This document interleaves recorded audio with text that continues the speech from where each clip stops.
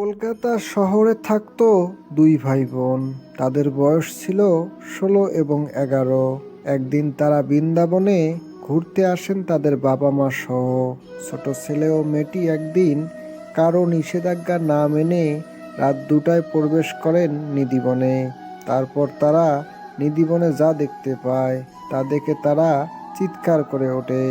ওই দিনের পর তারা বেঁচে আছে কি না বা কী অবস্থা তাদের, পুরো রহস্য আজকে আলোচনা করব। নমস্কার বন্ধুরা, রহস্য হিন্দু টিভির নতুন একটি ভিডিওতে আপনাদের সকলকে জানাই স্বাগতম। প্রতিনিয়ত এ ধরনের ভিডিও পেতে অবশ্যই পাশে থাকবেন।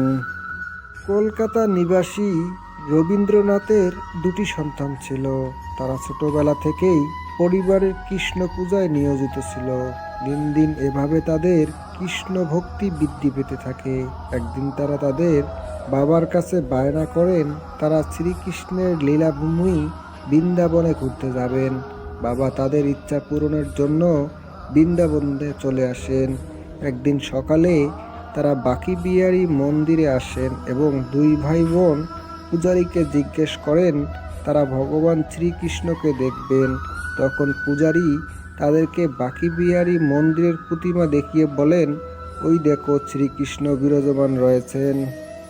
কিন্তু তারা বাস্তবে সম্মুখে শ্রীকৃষ্ণকে দেখবেন। মন্দিরের বাইরে একটি সাধু ছিলেন। তিনি গিয়ে বললেন, তোমরা যদি শ্রীকৃষ্ণকে দেখতে চাও তাহলে মন্দিরের বাইরে একটি দ্বার রয়েছে, সেই দ্বার দিয়ে নিধিবনে যাও। সেখানে গেলে ভগবান শ্রীকৃষ্ণকে দেখতে পাবে। তখন তারা সেই দ্বার দিয়ে নিধিবনে প্রবেশ করে। মন্দিরের সকল ভক্তকে বলা হয় কেউ যেন রাতের বেলা নিধিবনে অবস্থান না করে।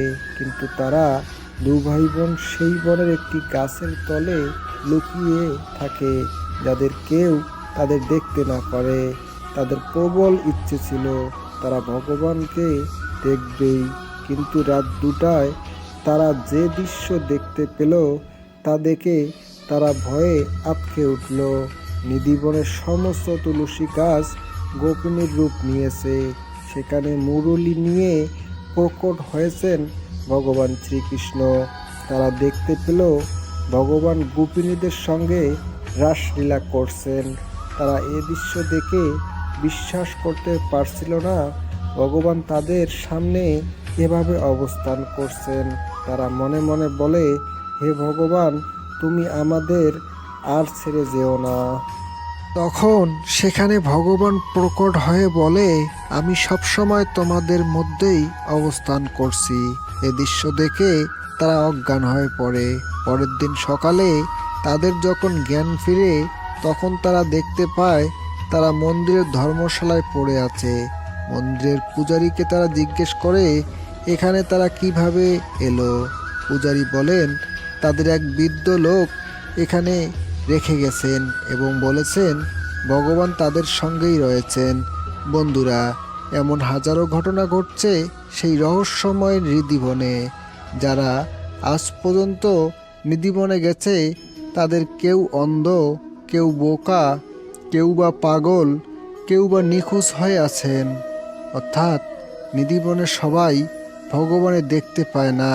যারা ভগবানকে দেখার জন্য মনে ভক্তি নিয়ে সেখানে যায় তারা ভগবানকে দেখতে পায়, এবং যারা খারাপ ইচ্ছে নিয়ে নিধিবনে যায় তাদের কেউ অন্ধ, কেউ বা বোবা, কেউ বা নিখোঁজ। নিধিবনের এ মহিমা আজ পর্যন্ত কোনো বিজ্ঞানী কেউ প্রমাণ করতে পারেনি।